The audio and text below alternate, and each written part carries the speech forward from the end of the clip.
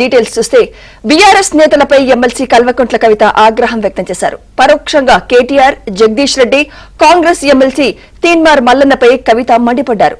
జగదీష్ రెడ్డి లిల్లిపూటని, నల్గొండలో బీఆర్ఎస్ ను నాశనం చేసిందే ఆయన అంటూ మండిపడ్డారు.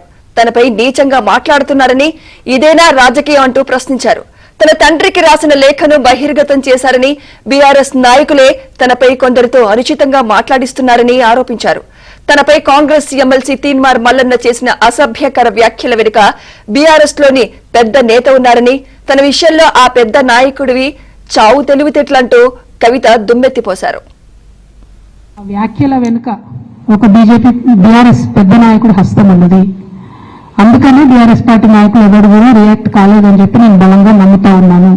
ఆ కుట్రలు చేసిన పెద్ద నాయకులు ఏమనుకుంటున్నారంటే, నా దగ్గర ఎవరో 10 మందిని పెట్టి నా దగ్గర జరిగే అంశాల సమాచారం ఎప్పటికప్పుడు తీసుకుంటున్నామని చావు తెలివితేటలు ప్రదర్శిస్తున్నారు.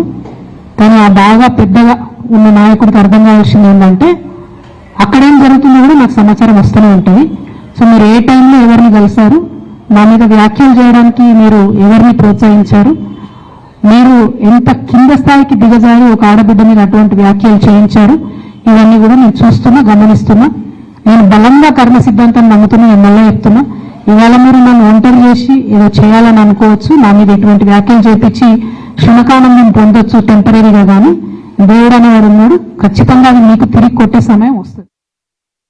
ఒక లిల్లీపుట్ నాయకుడు నల్గొండలో బీఆర్ఎస్ పార్టీని నాశనం చేసిన ఒక లిల్లీపుట్ నాయకుడు ఆమెవరు ఈమెవరు అని నా గురించి మాట్లాడుతూ ఉన్నారంటే, మరి ఆయనకు ప్రోత్సాహం ఇస్తున్నది ఎవరో కూడా ప్రజలు ఆలోచించుకోవాలి.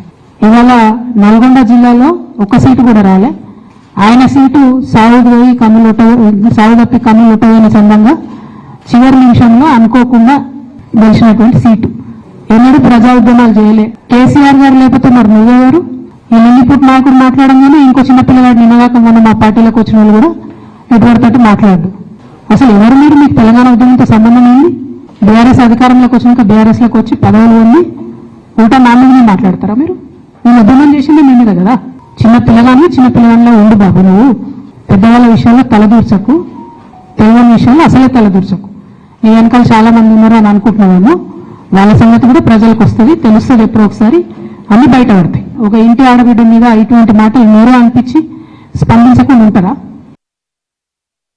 ఆ వ్యాఖ్యల వెనుక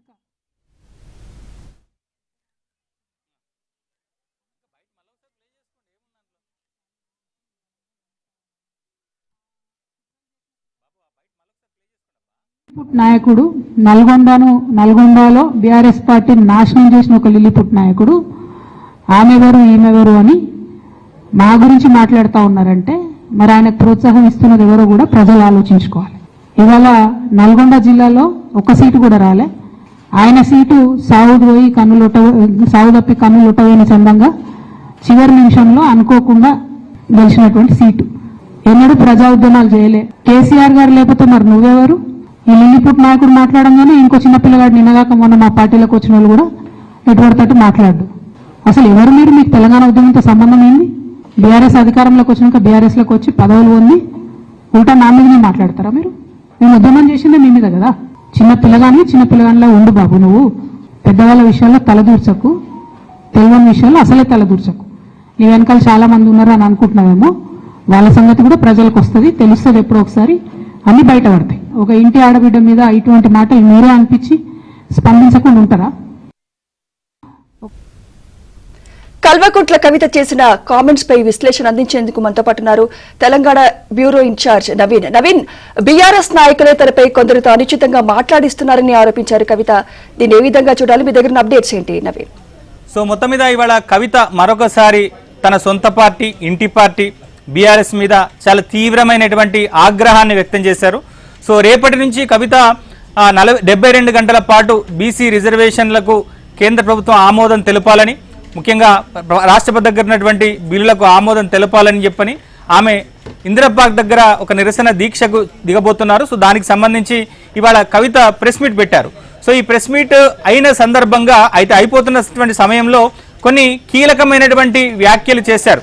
సో ఆమె గడిచిన కొన్ని రోజులుగా బీఆర్ఎస్ నేతలు తన పట్ల ఎట్లాంటి కుట్రలకు పాల్పడుతున్నారు, తనని ఏ విధంగా వేధిస్తున్నారనేటువంటి అంశాలను ఆమె చాలా తీవ్రంగా ఘాటుగా ఆమె మాట్లాడినటువంటి పరిస్థితి ఉంది. సో ప్రధానంగా ఇవాళ కవిత మాట్లాడినటువంటి మాటల్లో 4 అంశాలను ఆమె చాలా క్లియర్గా ఆమె చెప్పినటువంటి పరిస్థితి ఉంది. దాంట్లో ప్రధానంగా ఇటీవల బీసీ రిజర్వేషన్ల విషయంలో అసలు కవితకు ఏం సంబంధం అంటూ కాంగ్రెస్ పార్టీ ఎమ్మెల్సీ తీన్మార్ మల్లన్న కవిత మీద చేసినటువంటి అనుచిత వ్యాఖ్యల వెనుక అసలు ఎవరున్నారు అనేటువంటి అంశాన్ని ఆమె చెప్పకనే చెప్పింది. సో తీన్మార్ మల్లన్న తన మీద చేసినటువంటి అనుచిత వ్యాఖ్యల వెనుక బీఆర్ఎస్ పార్టీలో ఒక పెద్ద నేత హస్తం ఉంది, త్వరలో అన్ని ఆధారాలను నేను బయట పెడతానని చెప్పేసి కవిత ఆ కామెంట్స్ చేశారు.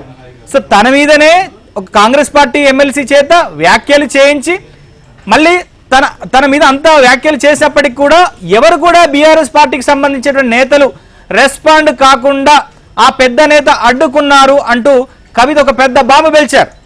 పూర్తిగా కేటీఆర్ను టార్గెట్ చేస్తూనే కవిత ఇవాళ ప్రెస్ మీట్ పెట్టారు. సో గడిచిన ప్రెస్ మీట్లలో బీఆర్ఎస్ పార్టీలో కేసీఆర్ చుట్టూ దయ్యాలున్నాయి, కేసీఆర్ చుట్టూ కోవట్టులున్నారు అంటూ తనకు ఏ రకంగా బీఆర్ఎస్ పార్టీలో అన్యాయం జరుగుతోంది అనేటువంటి అంశాన్ని కవిత చాలా కుండబద్దలు కొట్టినట్టు స్పష్టం చేశారు. సో ఎక్కడ కూడా కేటీఆర్ పేరు చెప్పలేదు, కానీ పరోక్షంగా ఆమె దీనంతటి కూడా కారణం తన అన్న కేటీఆర్ అనేటువంటి మాటను చెబుతూ వస్తున్నారు. సో తీన్మార్ మల్లన్న నా మీద అంత పెద్ద వ్యాఖ్యలు చేస్తే, ఇంటి బిడ్డనైనటువంటి నా మీదనే ఇట్లాంటి వ్యాఖ్యలు చేస్తే, పార్టీ వర్కింగ్ ప్రెసిడెంట్తో పాటుగా పార్టీలో కీలక నేతలుగా ఉన్నటువంటి వాళ్ళు ఎవరు ఎందుకు స్పందించలేదు అనేటువంటి ఆవేదన ఆమె వ్యక్తం చేశారు.